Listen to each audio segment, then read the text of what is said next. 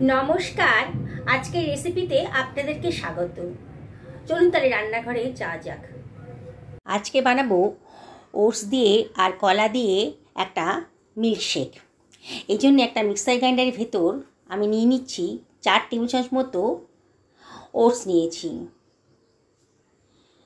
এটা খুবই হেলদি আর যথেষ্ট টেস্টিও বটে। এটা ওয়েট লস করার পক্ষেও যথেষ্ট উপযুক্ত একটা রেসিপি। 4 টেবিল চামচ মতো ওটস আমি নিয়ে নিলাম। এর ভেতর আমি দিয়ে দিচ্ছি 2খানা পাকা কলা। কলা দুটো খোসা ছাড়িয়ে এর ভেতরে দিয়ে দিচ্ছি। এটা আমি কাঁঠালি কলার ইউজ করেছি। আমি 1 গ্লাস মতো বানাবো, এই জন্য 2খানা কলাই যথেষ্ট। 2খানা কলা দিয়ে দিলাম।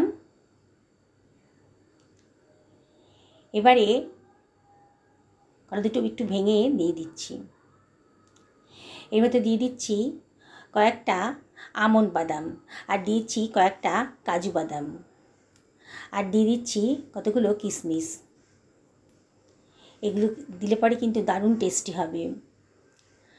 এবার আমি এর ভেতর দিয়ে দেব 2 টেবিল চামচ মতো গুঁড়ো দুধ। আমার কাছে লিকুইড দুধ এখন নেই, এই জন্য আমি গুঁড়ো দুধই দিয়েছি। আপনাদের কাছে লিকুইড দুধ থাকলে আপনারা লিকুইড দুধটা ইউজ করতে পারবেন। আর খুব ক্রিমি একটা ভাব আসবে যদি এর মধ্যে বরফ দেওয়া যায়, তাই আমি কয়েক টুকরো আইস কিউবের ভেতর দিয়ে দিচ্ছি। আপনারা যদি লিকুইড দুধ ইউজ করেন তাহলে ঠান্ডা দুধ ইউজ করবেন, এটা ঠান্ডা ঠান্ডা মিল্কশেক তৈরি হয়ে যাবে। এবার এটাকে একটু ব্লেন্ড করে নিচ্ছি।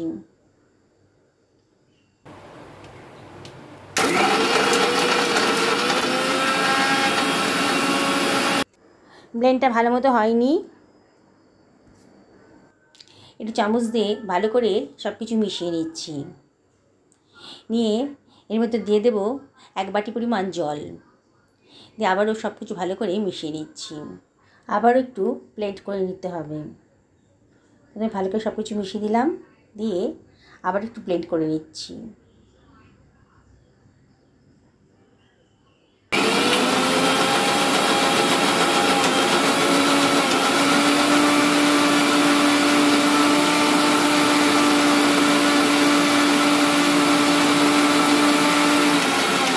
এবার দেখুন ব্লেন্ড করা হয়ে গেছে, স্মুথ একটা পেস্ট তৈরি হয়ে গেছে। এবার আমি সার্ভিং গ্লাসে ঢেলে নিচ্ছি। দেখুন কত সুন্দর দেখতে হয়েছে, খেতেও কিন্তু অসাধারণ। এর মধ্যে চিনি দেওয়ার কোনো প্রয়োজন নেই, কলাটাও মিষ্টি আর ড্রাই ফ্রুটসগুলো মিষ্টি ছিল। তাও যদি আপনারা মনে করেন এর মধ্যে একটু মধু দিয়ে দিতে পারেন। আমি উপর থেকে ছড়িয়ে দিলাম একটুখানি মধু। দেখুন বন্ধুরা, কত তাড়াতাড়ি সকালের ব্রেকফাস্টটা কিন্তু রেডি হয়ে গেল। বন্ধুরা কমেন্ট করে জানিও কেমন লাগলো তোমাদের এই রেসিপিটা। বন্ধুরা রেসিপিটা ভালো লাগলে পরে লাইক শেয়ার কমেন্ট করতে কিন্তু ভুলো না। নমস্কার।